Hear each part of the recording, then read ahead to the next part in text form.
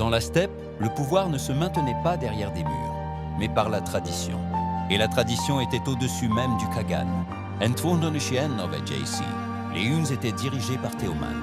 Son fils aîné, Met, appelé Motin dans les sources chinoises, était reconnu comme héritier. Mais Teoman souhaitait mettre en avant son fils cadet, né de l'une de ses épouses favorites. Or, la tradition ne le permettait pas. Dans la steppe, la succession ne relevait pas du choix personnel, mais de règles établies. Teoman savait qu'il ne pouvait pas contourner cet obstacle ouvertement. Il choisit alors une méthode connue de l'époque, mais extrêmement dangereuse. À cette époque, entre grandes puissances, il existait une pratique destinée à prévenir les guerres, l'envoi d'otages. Dans ce système, l'une des parties livrait à l'autre un membre de sa famille ou de son entourage dynastique comme garantie. Le but était d'empêcher toute attaque, car en cas de violation de l'accord, l'otage pouvait être exécuté. L'otage était la garantie de la paix, et chacun en connaissait le prix.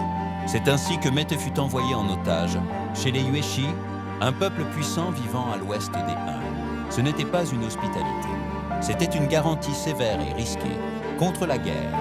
Tout le monde pensait une chose: tant que Mete est otage, Teoman n'attaquera pas. Mais Teoman rompit cet équilibre, que tous jugeaient immuable. Malgré l'accord de non-agression, alors que Mete était encore otage, Teoman attaqua les Yueshi, sachant que son fils risquait la mort. Ce n'était pas seulement une décision politique, c'était un choix si dur que même la tradition peinait à l'expliquer. Teoman avait tout accepté. Soit Mete serait exécuté et l'équilibre changerait, soit Mete survivrait et le destin suivrait son propre chemin. Mais l'histoire ne progresse jamais exactement comme prévu. Mete ne mourut pas, il s'échappa. Il parvint à se libérer de ses ennemis et retourna dans son pays. Ce retour n'était pas seulement une survie. C'était la première confrontation d'un jeune homme avec son destin. Teoman fut surpris, mais une réalité s'imposait.